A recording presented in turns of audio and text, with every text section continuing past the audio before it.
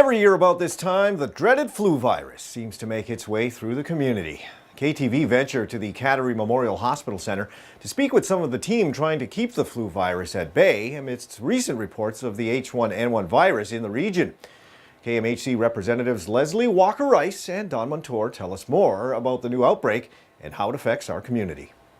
It's flu. It's still flu. You know, it's still transmitted the same way, person to person, you know, people sneezing in your face, people who are sick out in public, touching stuff that is, you know, germ-laden. Wash your hands. The primary concern of the hospital is not to introduce it into our hospital population, to our very vulnerable population. So we're respectfully asking that people who are sick or who have been in contact with sick people and don't know if they're sick or not to come visit. You know, there's other ways to communicate with your family or keep in touch with them or delegate someone else to come in the interim, but not to introduce it into the hospital population. In 2009, we gave a vaccination clinic where it was just specifically for H1N1. Since that time, every year the seasonal flu vaccine has had the H1N1 in it. And if you've had your flu shot already this year, from like we started giving it in November, you do not need to come in for another vaccine because you're already protected. The flu vaccine that we have right now includes the H1N1, the H3N2, and the influenza B Massachusetts strain. So, it's still possible that you could contract some other kind of strain of influenza, but it will protect you definitely for those three.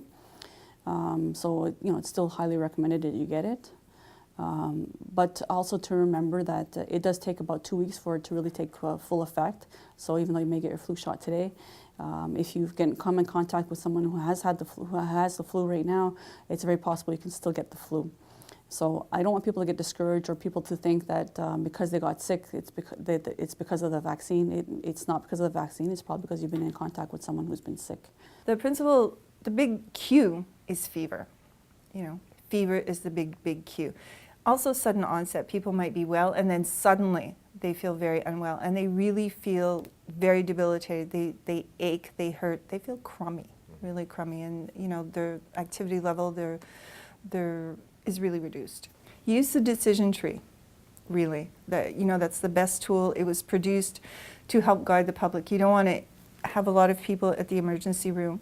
You don't want a lot of people going into a clinic and exposing a lot of other people to it. Patients who think they may have the flu, again, we're asking you to stay home as much as possible, unless you're having problems, with problems breathing or having chest pain. Then we would recommend that you come in or go to the emergency room as you see fit. And remember, as soon as you walk in the door, if you know you have a cough and fever, then please put on a mask. We want to protect everyone else around you, and make sure you wash your hands. Apart from the flu vaccine, the most important thing to protect yourself against the flu is washing your hands. Very important. Wash your hands, wash your hands, wash your hands. And if you're coming into the hospital, wash your hands when you use hand sanitizer, or wash your hands coming into the hospital and before you leave. Because the hospital is a germy place, so you don't want to take it home with you either. Anybody who needs the flu shot can still come into the clinic, check in at the front desk, tell them you're here for a flu shot, and you will have to wait though, because you will not be considered a priority, but we will get around to you and give you your flu shot. You should bring with you your Medicare card and your hospital card.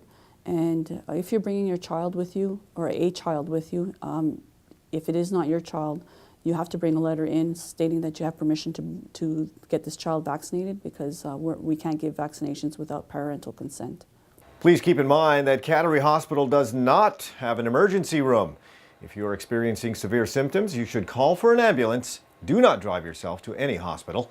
For more information on flu symptoms, check the KMHC website or Facebook page, or simply dial 811 to call Info Sante.